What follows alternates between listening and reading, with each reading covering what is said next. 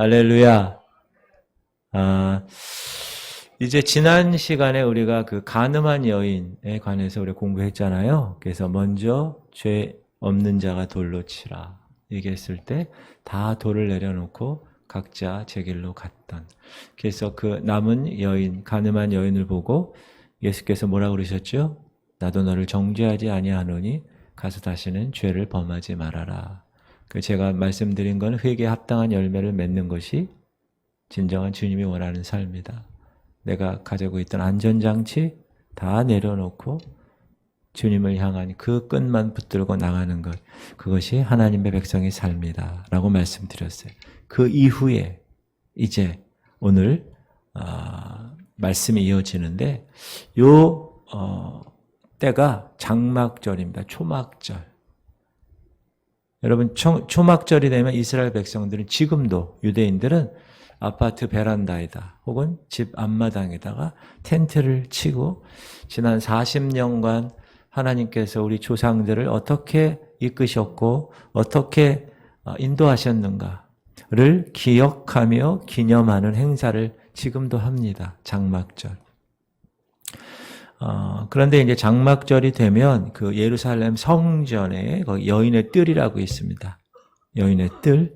그 여인의 뜰에는 4개의 대형 금촛대가 불을 밝히게 되는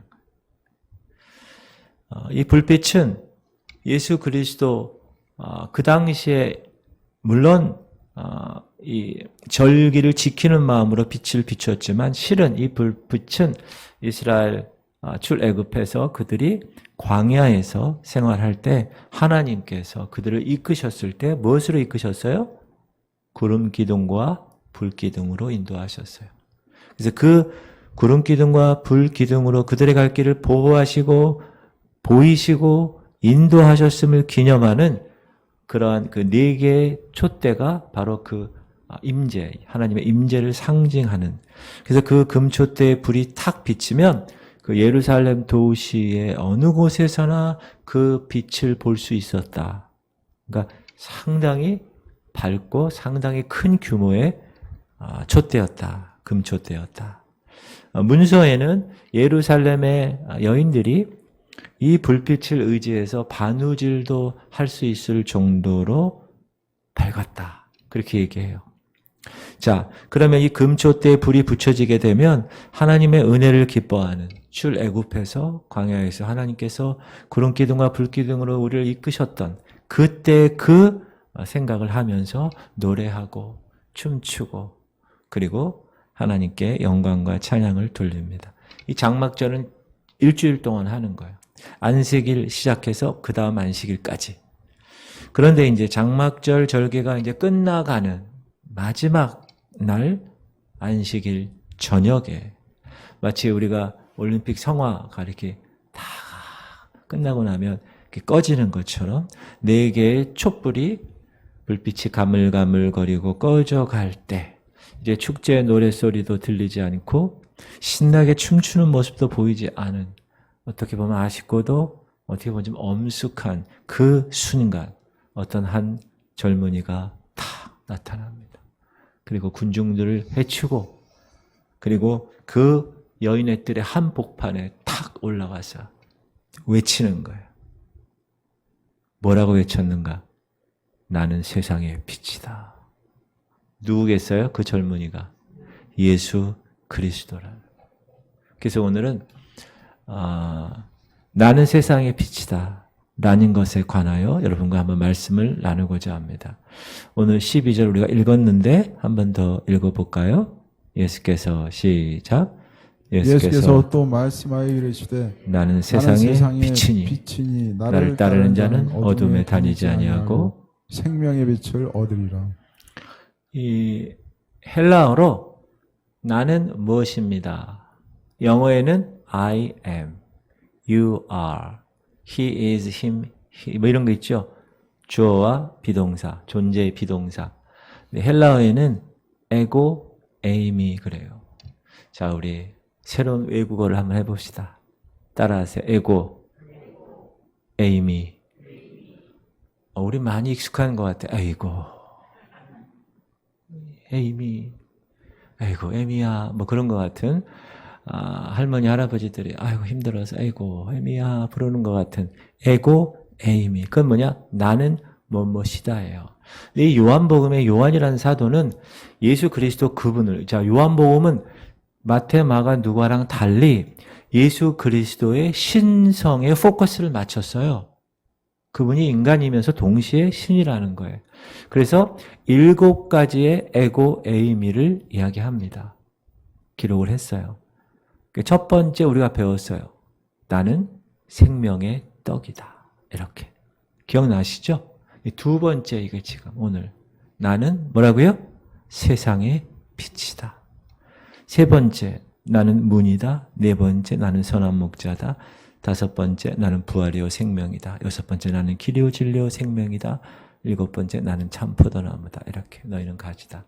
그게 예수 그리스도의 신성을 이야기하기 위해서, 증명하기 위해서 예수 그리스도께서 그분이 스스로 말씀하셨고 그 말씀을 이 요한이라는 사람이 기록을 한 것입니다. 이거는 선언이에요. 선언, 선포, proclaiming, 선포. 나는 세상의 빛이다.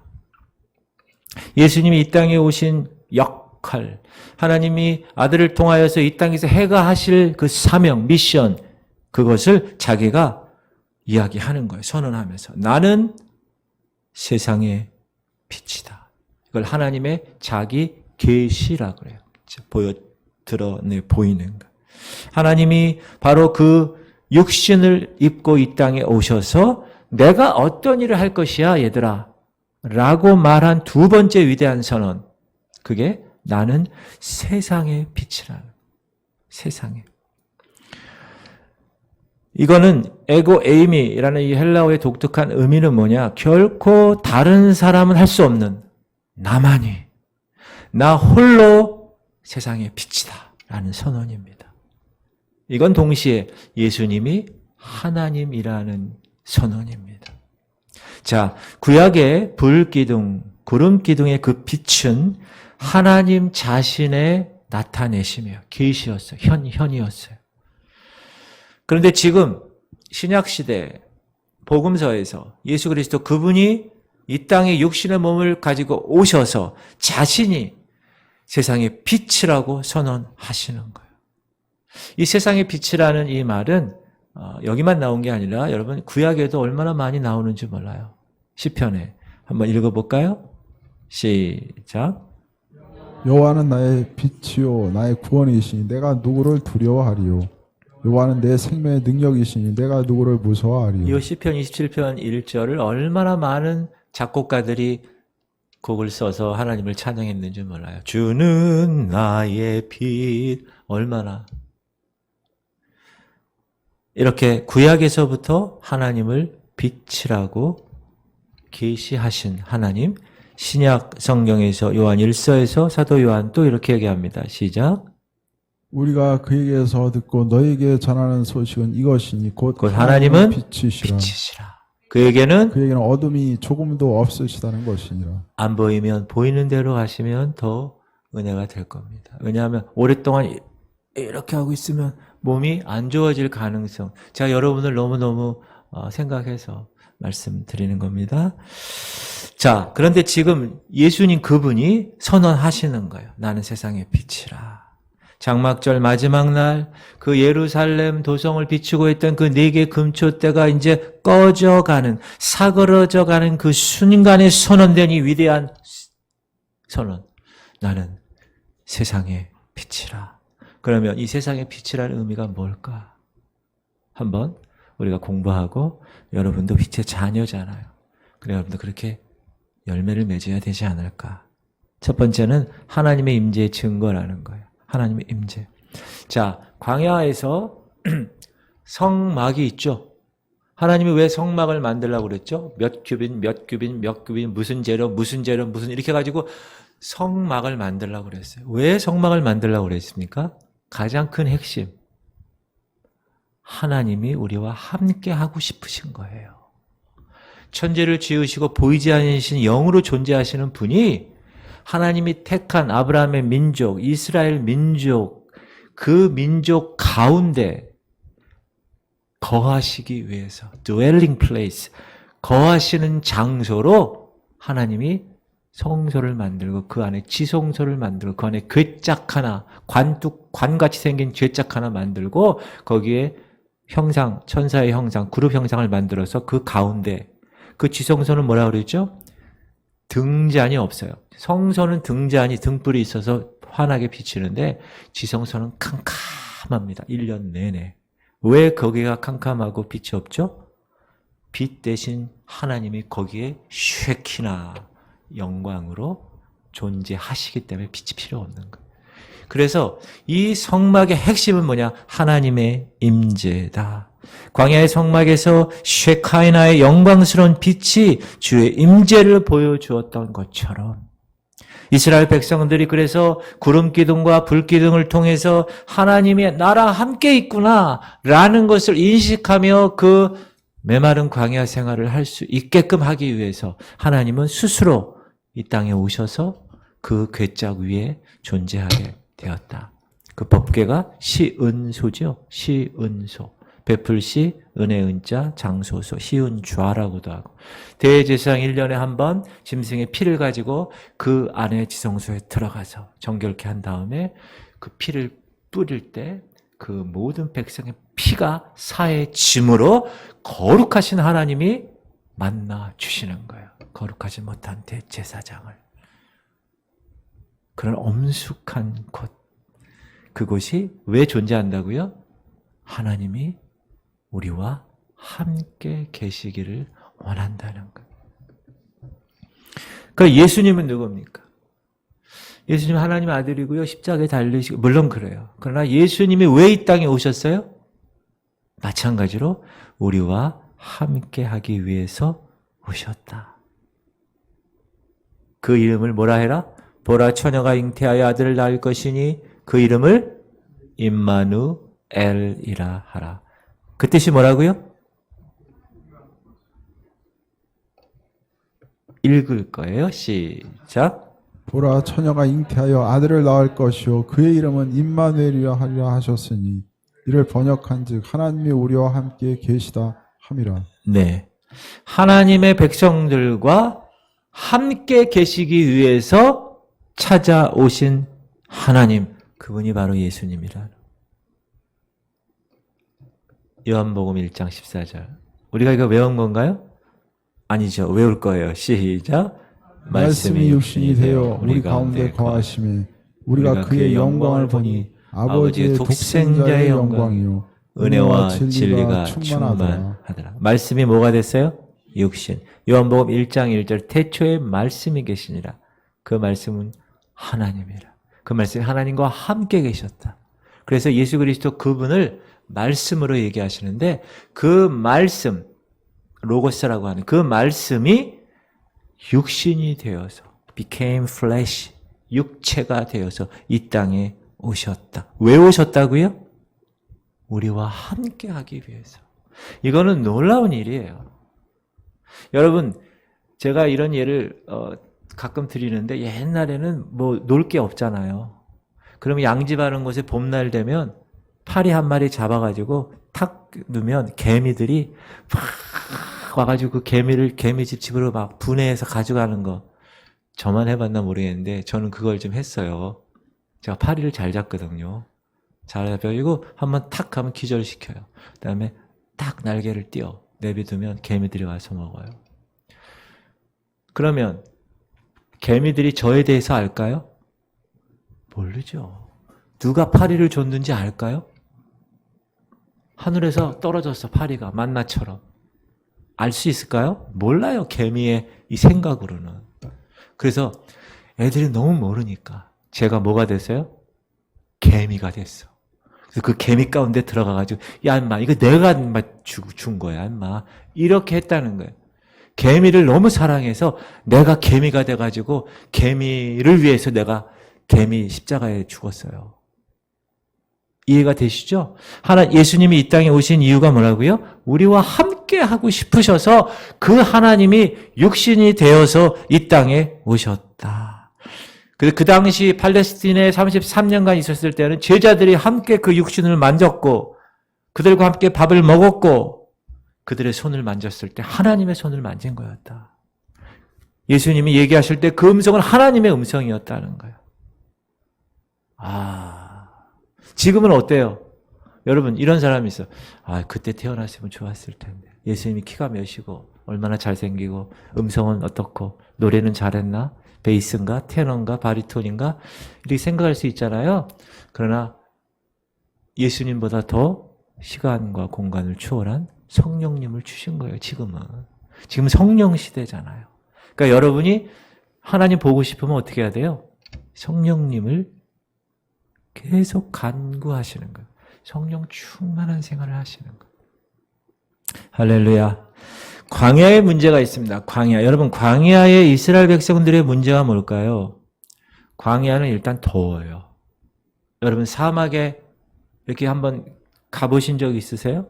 저는 예전에 부교육자로 있을 때 담임 목사님 따라서 멕시코를 가느라고 미국을 둘러가다가 그 네바다 사막이라는 곳에 한번 가본 적이 있어요.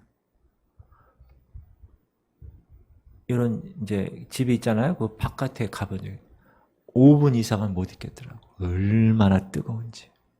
그런데 그런 사막에서 헤아릴 수 없는 고통과 걱정이 많이 있었겠죠. 그러나 가장 큰 걱정은 뭘까요? 무엇이었을까요? 한번 상상해 보세요. 이스라엘 민족들이 가장 큰 고통이 뭐였을까? 어느 성경학자는 고독이라고 이야기합니다. 아니 거기 애들까지 합하면 200만이나 되는데 무슨 고독이에요? 그게 아니라 사람은 많았지만 정말 마음 터놓고 이야기할 만한 사람은 없었을 것이다. 내 삶을 다 내고 나눌 만한 사람은 아무도 없었던 실존적인 고독이었을 거다. 이렇게 말하는 분도 계세요. 그래서 그 고독이 올 때마다 정말 외롭구나. 나의 이 고통의 짐을 져줄 사람은 그 누구인가?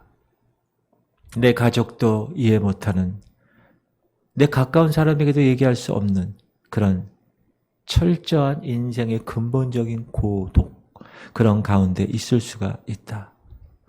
그런데 그런 힘겨운 광야 생활 중에 갑자기 구름 기둥이 낮에는, 밤에는 불 기둥이 솟아오를 때, 이야, 하나님이시야. 하나님이 이끄시는구나. 그래서 그분이 그 척박한 광야에서 그 이스라엘 공동체를 이끌어 가시는 그 삶을 이 백성들이 보았을 때, 이 백성들은 어땠을까요? 마음이.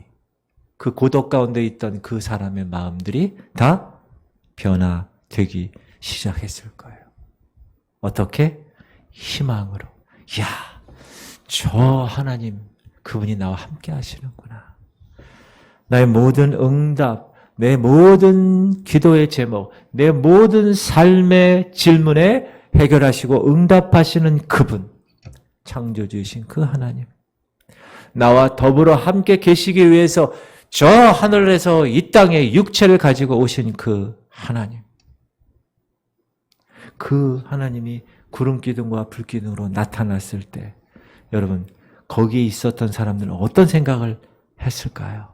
이야, 놀랍구나.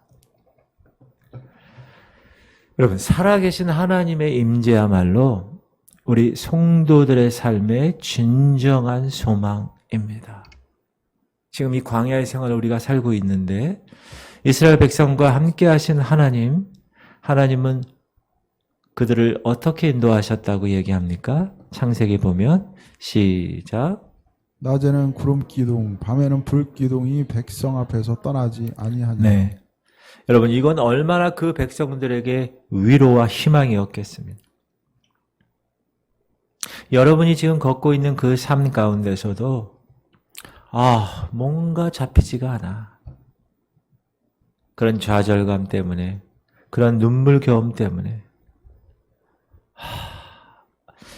하나님만 떠나지 아니하신다는 그 구름 기둥과 불 기둥의 증거만 있다면 여러분은 다시 일어나실 수 있습니다. 두려워할 필요가 없습니다. 왜 그렇죠?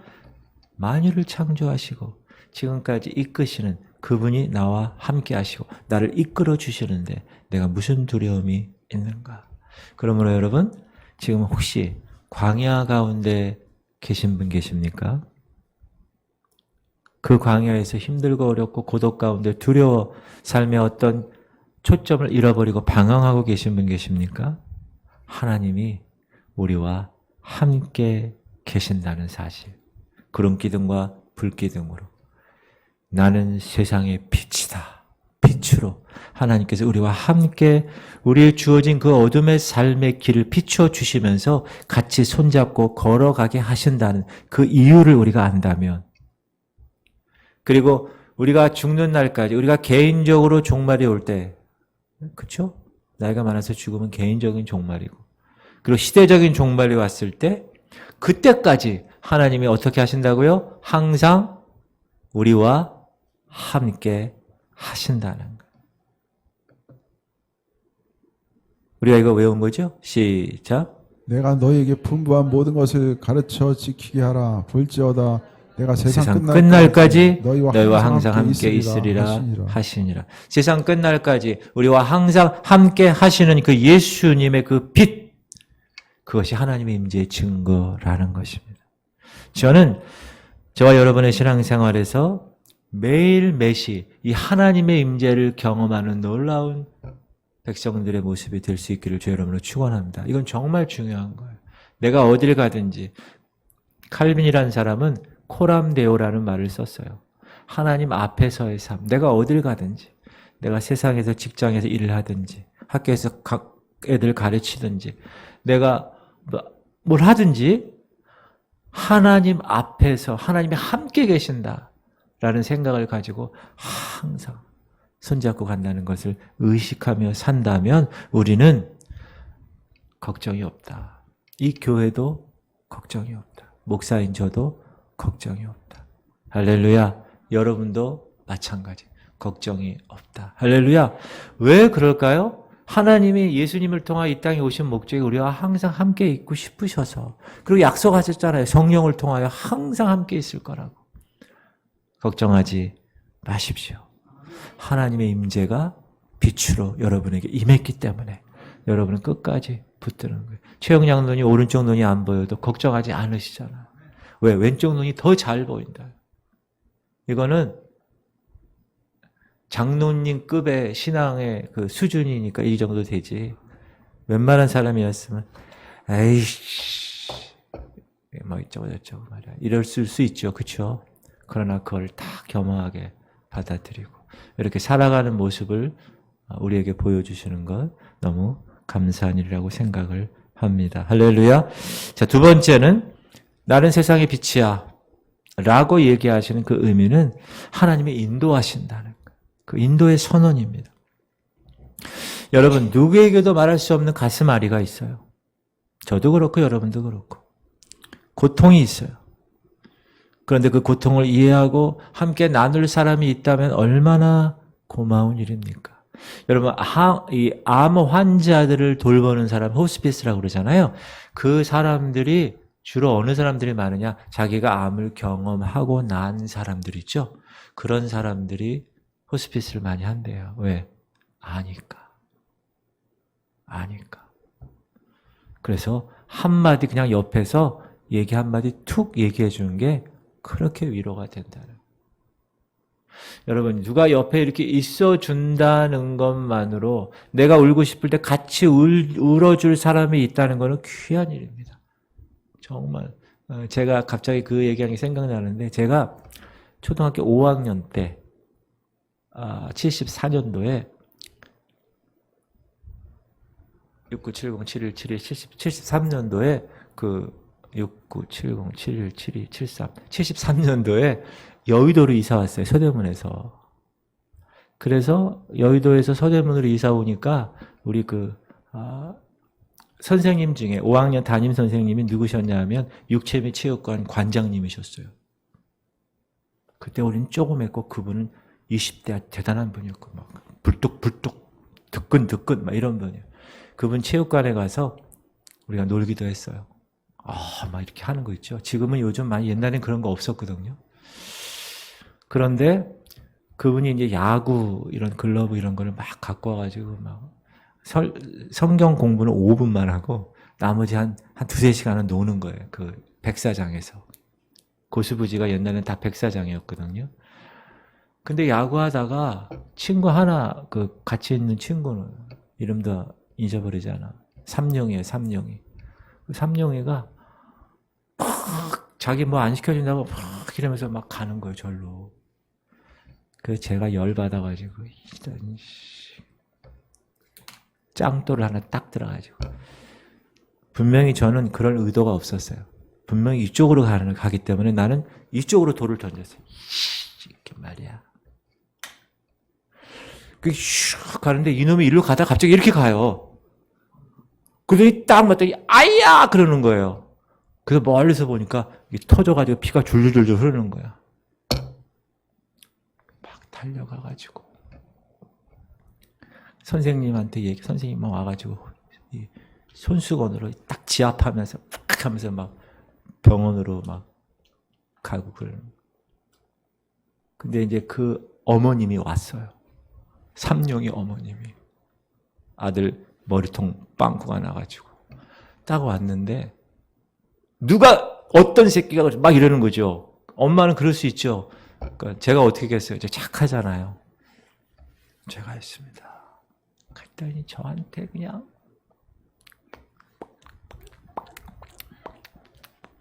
제가 그때 어떻게 했을까요? 5학년짜리가. 제가 그런 게 아니고 저는요, 분명히 삼룡이가 절로 가가지고 저는 이쪽으로 던졌는데요. 삼룡이 갑자기 일로 가다가 일로 가가지고 맞았습니다. 제가 막 설명도 막 하고 막 그랬어요. 그래도 뭐요? 그 삼룡이 어머님은 하나밖에 없는 아들이니까 막 이러는 거예요. 그 제가 막 울었어. 그때 잊혀지지 않는 제 친구가 하나 있어요. 여러 친구가 있었죠. 같은 그 반이니까. 이름이 성섭이가 있어, 성섭이. 성섭이가 나 아무 얘기 안 했는데 같이 옆에서 막 우는 거예요. 제가 그때 성섭이를 다시 봤습니다. 이야, 그때 제가 어떤 생각을 했는지 아주 지금까지 기억나는 게 왜 그러냐면, 야, 정말 힘들고 어려울 때 성섭이 저한테 아무 얘기 안 했어요. 한마디도 얘기 안 했어. 야, 정훈아, 야, 뭐 그럴 수도 있는, 이런 얘기 안 하고 그냥 옆에서 울어줬어요. 한마디. 근데 그게 저한테는 얼마나 큰 위로가 됐는지 몰라요. 제가 그때 깨달은 게 있어요. 말이 필요 없는 거구나. 그냥 옆에서 같이 앉아져 있는 거, 그게 좋고, 같이 울어주는 거, 그게 좋고, 같이 기쁠 때 기뻐해 주는 거, 그게 좋고, 그게 그지? 뭐 어쩌고 저쩌고 내가 너 위로해 줄게. 야, 그럴 수 있는가? 막 이런 것보다 더 큰 감동을 받았어요. 제가 이게 왜 얘기를 하느냐? 여러분이 이 땅에 살면서 가슴앓이를 할 때가 얼마나 많나요? 그렇죠? 할인이 때문에 할머니가 얼마나 힘들겠어요. 그렇죠? 아니, 내가 낳는 딸이 그렇게 얼마나 힘들겠어. 외갓집 애 둘도 지금 잘 크고 있는데 도준이도 와도 얼마나 마음이 힘들겠어요. 그럴 때 그 고통을 옆에서 누가 뭐라고 막 얘기해줘도 그 고통이 해결될 수 있을까요? 해결될 수 없다고 생각해.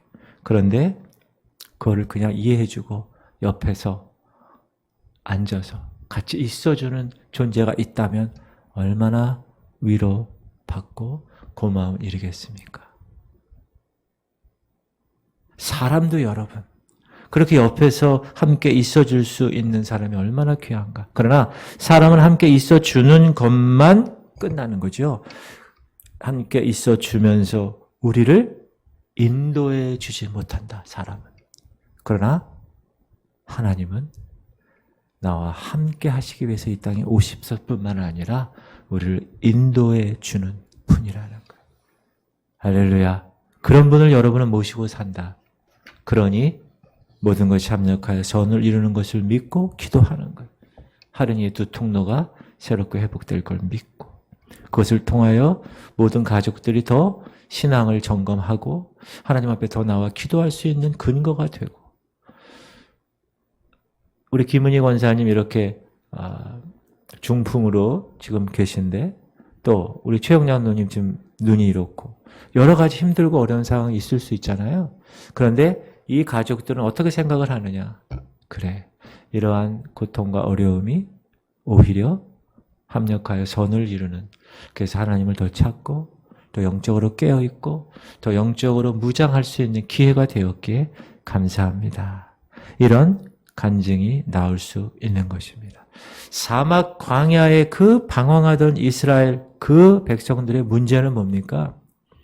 변치 않는 사막에 가도 끝없는 사막. 그게 그거 같고 이게 이거 같은 그 무엇이 옳은지 분별하기도 힘든 그런 사막의 무변성. 변하지가 않아. 여러분, 이것은 우리의 일상이라고 생각을 해요. 여러분, 우리 일상 어때요? 아침에 일어나면 애 밥 해줘야지. 또 어떻게 다 하고 나면 또 뭐 해야지. 수요일 날 또 예배 드리러 나와야지. 또 직장에도 가봐야지. 또 뭐 할 거 다 해봐야지. 밴드에도 또 올려야지. 공동체 성경 읽기도 막 해야지. 막 그런 게 반복될 때 타성에 적게 되면 어떻게 됩니까? 무의미하게 될 수 있다. 자기도 모르는 사이에 그냥 다람쥐 채바퀴 돌듯 그렇게 살아갈 수 있는 존재. 그리고 사망은 어떤 것입니까? 아까도 얘기했지만 뜨거운 태양이 막 그냥 거기를 그냥 걸어가야 되는 거예요. 그래서 하나님이 구름 기둥으로 인도하신 거예요. 얼마나 그런 타양살이가 사람을 지치게 했을까. 그보다 더 고통스러운 문제가 있습니다. 그것은 뭔지 아세요? 어디로 가야 하는지 모른다는 사실이에요.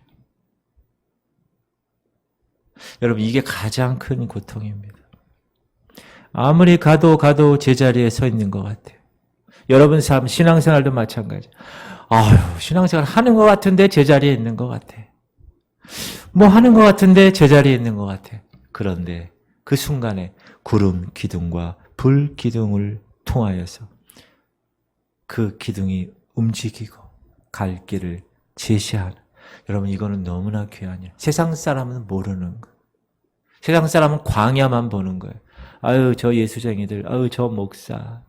무슨 낙으로 사나, 너희들. 그렇게 생각할 수 있어요. 그러나 여러분, 구름 기둥과 불 기둥이 여러분의 삶을 같이 함께 있는 것뿐만 아니라 같이 길을 제시하고 그 길을 따라갈 수 있다는 것. 이거는 너무나 귀한 일이다. 그 구름 기둥과 불 기둥을 우리는 뭐만 하면 되는 거예요? 따라가기만 하면 되는 거예요. 하나님 말씀에 순종하기만 하면 되는 거예요. 32,500가지의 이 가이드라인을 어떻게 합니까? 그 지시에 따라 가면 되는 거예요. 할렐루야. 민수기 9장 보면 이 장면이 극적으로 묘사되어 있는데 17절 시작. 구름이 성막에서 떠오른 때에는 이스라엘 자손이 곧 행진하였고 구름이 머무는 곳에 이스라엘 자손이 진을 쳤으니. 떠오르면 행진하고 머물면 진쳤다. 그런데 구름이 진행하면 백성도 진행하고 구름이 머물면 그들도 머무는데 무엇을 따라 행진하고 머물렀고 진을 쳤는가? 여호와의 명령을 따라. 이게 엄청나게 반복됩니다. 읽어볼까요? 자, 여호와의 명령을 따라. 기억하세요? 시작. 이스라엘 자손이 여호와의 명령을 따라 행진하였고 여호와의 명령을 따라 진을 쳤으며 구름이 성막 위에 머무는 동안에는 그들이 진영에 머물렀고 구름이 성막 위에 머무는 날이 오래일 때에는 이스라엘 자손이 여호와의 명령을 지켜 행진하지 아니하였으며 혹시 구름이 성막 위에 머무는 날이 적을 때에도 그들이 다만 여호와의 명령을 따라 진영에 머물렀고 여호와의 명령을 따라 행진하였으며 혹시 구름이 저녁부터 아침까지 있다가 아침에 그 구름이 떠오를 때에는 그들이 행진하였고 구름이 밤낮 있다가 떠오르면 곧 행진하였으며 이틀이든지 한 달이든지 1년이든지 구름이 성막 위에 머물러 있을 동안에는 이스라엘 자손이 진영에 머물렀고 행진하지 아니하다가 떠오르면 행진하였으니 곧 그들이 여호와의 명령을 따라 진을 치며 여호와의 명령을 따라 행진하고 또 모세를 통하여 이르신 여호와의 명령을 따라. 여호와의 책임을 지켰더라. 따라합시다. 여호와의 명령을 따라. 이게 가장 귀한 말이에요. 여호와의 명령을 따라 가는 거예요. 얼마나 아름다운 일인가. 이렇게 하나님의 명령을 따라 가기만 하면 되는 거예요. 아무 생각 없이 하나님의 명령을 따라 가기만 하면 돼. 말씀 따라. 그런데 광야에서, 여러분 광야에서 유혹이 있을까요? 없을까요? 목사님, 광야에서 무슨 유혹이 있겠어요? 뭐 먹을 게 있어요? 뭐 볼 게 있어요? 그러나 광야에서도 이따금씩 유혹을 만나게 됩니다. 그 유혹이 뭐냐? 오아시스. 오아시스가 뭐죠? 사막에 물이 있고 나무가 있고 열매가 있는 그곳이 오아시스잖아요. 자, 사막의 쉼터 거기에 딱 도착했어요. 그럼 사람들이 어떻게 할까요? 우와, 거기에 털썩 앉아서 어떤 유혹을 받을까요? 다시 떠나고 싶지 않은 유혹을 받을 거예요. 언제 떠날지 모르는 그 힘든 방황길을 이제 끝내고 싶은 그런 유혹을 받을 거예요. 그런데 구름 기둥이 쫙 가지고 가는 거야.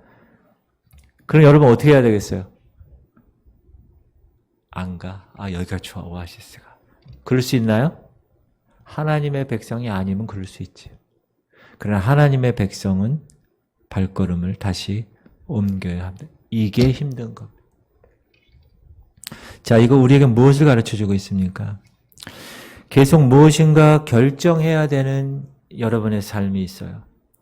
근데 내가 무엇을 결정할 것인가? 하나님의 인도하심을 따라 결정할 것인가? 아니면 너무 편리한 오아시스 쪽을 결정할 것인가? 나의 편리와 나의 쉼과 나의 안식과 나의 평안함을 위해서 결정하지는 않는가? 신앙생활 하는 것도. 참으로 하나님이 무엇을 원하시고 내가 어떻게 가야 주님이 기뻐하시는 것인지 그 뜻을 선하시고 기뻐하시고 온전하신 뜻이 무엇인지 분별하며 살아가느냐. 항상 기뻐하고 시험하고 기도하고 범사에 감사를 이는 그리스도 예수 안에 너를 향하신 하나님의 뜻을 내가 이루며 살아가느냐. 이거는 말로는 쉽습니다. 그러나 정작 오아시스에 며칠 있다 보면 절대 떠나고 싶지 않아요. 그게 인간의 모습입니다. 만약 이스라엘 백성 가운데 누군가 구름기둥과 불기둥이 하나님의 임재라는 거 알아. 그런데 여기가 편해. 그래서 주님을 쫓아가지 않았다고 가정해 봅시다. 이 사람은 어떤 사람일까요? 이런 사람을 어리석은 사람이라고 합니다. 그런데 이러한 어리석은 사건들이 우리의 삶 속에도 자주 일어나고 있어요. 사랑하는 성도님들, 여러분 중대한 결정할 때 기도하시면서 하시나요? 하나님 말씀을 읽으면서 그 말씀에 어떻게 나에게 인도하시는가를 생각하면서 결정하십니까? 물론 지금은 구름기둥 안 나타나고 불기둥 안 나타납니다. 그러나 확실한 하나님의 성령의 감동으로 인하여 하나님의 메시지 주신 이 메시지, 이걸 우리를 인도하십니다. 성령께서 우리 안에서 우리 곁에서 그 말씀을 조명하셔서 환하게 이런 말씀이지 라고 깨닫게 하셔서 그 말씀을 붙들고 가게 하시는 거예요. 여러분 생각해 보세요. 점검 한번 해보세요. 야, 내가 내 편리함을 위해서 결정하나? 아니면 정말 하나님의 말씀에 근거해서 결정하나?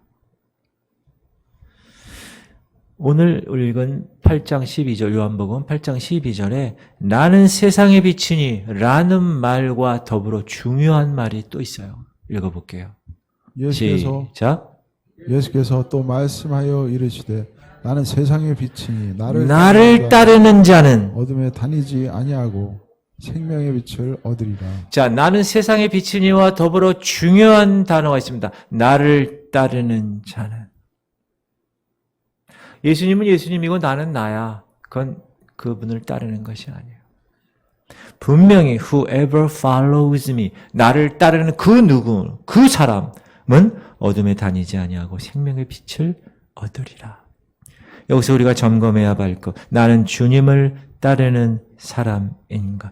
여기서 따른다는 거는요, 한 번 한다는 게 아니라 계속적으로 따른다는 거. 정말 신실하게, 정말 계속적으로, 정말 성실하게 믿음을 가지고 따르고 있는가. 정말 그 빛 가운데로 내가 걸어가고 있는가. 하나님의 그 어두운 곳에 빛으로 쫙 비치는 그 길을 걸어가고 있는가. 저는요, 여러분 이 빛에 관한 거에 대해서 한번 깨달은 적이 있어요. 제가 성령교회 부목으로 있을 때 저 지방에 이렇게 도우러 갔어요. 그 지역을 섬기러.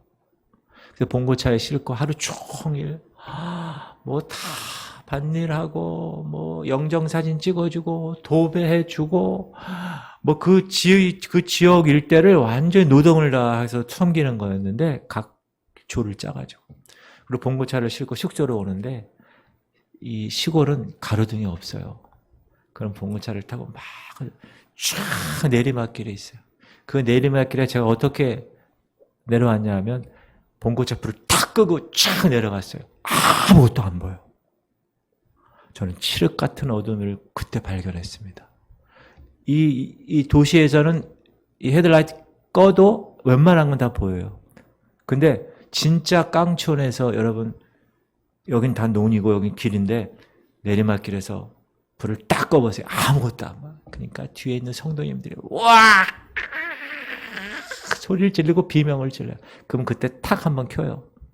그럼 그럼 또 딱 꺼요. 그럼 또 제가 그걸 보면서 야 이렇게 캄캄한 곳이 있구나 원래. 그런데 그 캄캄한 길을 내가 라이트 없이 그냥 가고 있는 건 아닌가. 여러분, 여러분의 영적인 삶을 항상 점검하셔야 합니다. 나는 세상의 빛이야. 그런데 나를 따르는 자는 참으로 내가 주님을 따르기를 원하는 삶을 사는가? 이 질문을 여러분들에게, 여러분 자신에게 한 번씩 던져 보실 수 있길 바랍니다. 우리가 삶의 갈림길에 설 때마다 한번 내가 주님을 따르는가? 내가 주의 말씀대로 그분의 인도를 구하고 있는가? 나와 함께하는 성령님의 인도하심을 받아 기도하면서 하나님 원하시는 곳으로 쫓아가는가? 이것이 정말 중요한 일이다. 나는 세상의 빛이 나를 따르는 자는 어둠에 다니지 아니하고 생명의 빛을 얻으리라. 구름 기둥과 불 기둥으로 상징된 이 빛은 하나님의 임재뿐만 아니라 하나님이 우리를 인도하시는 빛이라는 거예요. 여러분 그 빛을 여러분 소유하고 계십니까? 그러면 여러분은 어둠 가운데 다니지 않는 거예요. 어둠에 다니지 아니하고 생명의 빛을 얻는 거예요. 할렐루야.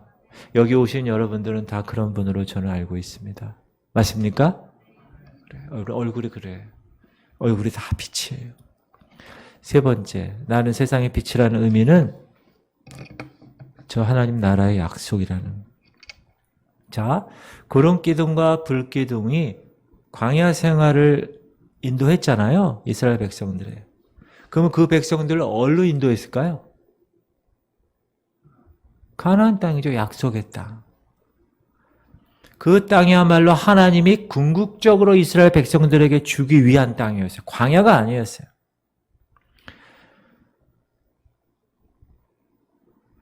예수 그리스도 그분도 지금 마찬가지다. 빛으로 오셔서 우리가 그분을 따르면 그분이 궁극적으로 어디를 이끄실까요? 하늘나라를 이끄시겠죠.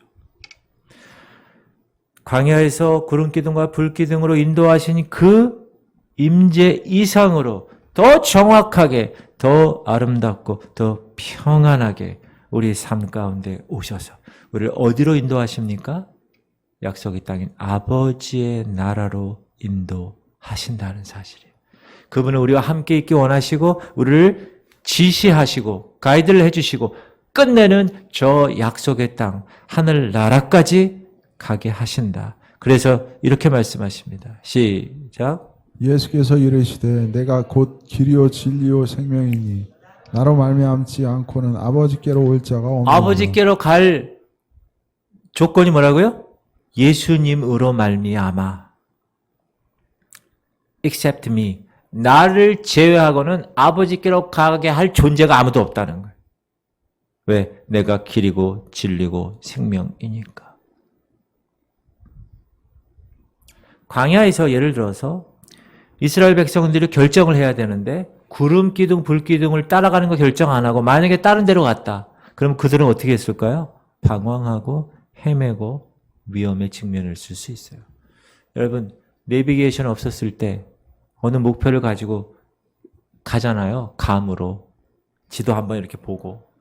얼마나 방황할 때가 있습니까? 저는 그럴 때가 많이 있었어요. 애들 데리고 어디 여행 갈 때. 지금은 내비게이션이 여러분 큰 축복입니다. 운전 못하는 사람에게는. 그냥 찍고 가면 되는 거예요. 하나님은 하늘 소망을 하늘나라에 두고 우리에게 내비게이션을 주신 거예요. 그 내비게이션이 누구예요? Jesus Christ. 예수 그리스도입니다. 그분을 여러분 영적 차 안에 딱 세팅을 해 놓으시면 여러분 어떻게 됩니까? 찍고 가는 거예요. 걱정할 필요가 없습니다. 우리의 소망을 하늘나라에 두게 할 수 만약에 없다면 그건 그릇된 결정이에요. 그러나 우리가 우리의 시선을 하나님 앞에 두고 간다면 예수 그리스도 그분의 인도로 인하여 하늘나라까지 가게 되는 겁니다. 그러면 우리의 초점을 어떻게 해요? Fix eyes on Jesus. 예수 그리스도에게 초점을 두는 거예요. 그분에게만. 그 내비게이션만 보고 가는 거예요. 하나님이 허락하시는 이 말씀을 근거로 달려나가는 겁니다. 그것이 하나님이 궁극적으로 우리를 가게 하는 최종 목적지이기 때문에 약속의 땅이기 때문에 그런 것입니다. 광야에서 이스라엘이 직면했던 가장 큰 유혹이 있다면 뭡니까? 애굽이에요. 왜? 애굽에서는 부추도 먹고 마늘도 먹고 싶은 거 다 그래도 종로를 텄으니까 그래도 먹었어. 그러나 광야에서는 뭐만 먹어야 돼요? 만나만 먹어야 돼. 가끔 메추라기 하도 달라고 그러니까 막 원 없이 그냥 이빨에 그냥 낄 정도로 그냥 막 반석에서 물을 먹어야 돼요. 여러분, 우리가 하나님 나라를 진행하는 그런 과정에서 걸어갈 때 만약에 예수 그리스도 그분의 내비게이션에 소망을 두지 않고 살아간다면 어느 순간 우리 어딜 가고 싶어요? 다시 세상으로 가고 싶어요. 그런데 그분 때문에, 예수님 때문에 우리가 다시 그 목표를 바라보는 거예요. 다시 한번 추스리고 보는 거예요. 가야 할 땅이 있기에, 그 약속의 땅이 우리를 기다리고 있기에 우리는 정진할 수 있는 것입니다. 걸어가신 주님을 바라보며 그분의 인도를 쫓아서 오늘도 이 길을 걸어가고 있는 저와 여러분, 하나님의 백성들. 여러분, 이 행렬 속에 여러분 서 있습니까? 그렇게 서서 그 행렬 가운데서 끝까지 완주하는 여러분 되시기 바랍니다. 여러분의 삶은 빛 가운데 있는가? 어둠 가운데 있는가? 그걸 항상 점검하시고, 그걸 점검하는 게 뭔지 아세요? 죄, 방황하는 거, 목표가 없는 거, 의미가 없는 것 같아, 목적이 없는 것 같아. 여러분이 만약에 삶이 그렇다면 그것은 어둠 가운데 있는 거예요. 그러나 구름 기둥이 있고 불 기둥이 있고 빛으로 다가오시는 그분의 모습을 내가 보고 하나님의 거룩한 그 약속의 땅을 붙들고 내가 한 걸음 한 걸음 살아간다. 그 사람이 생명의 빛을 얻는 사람이에요.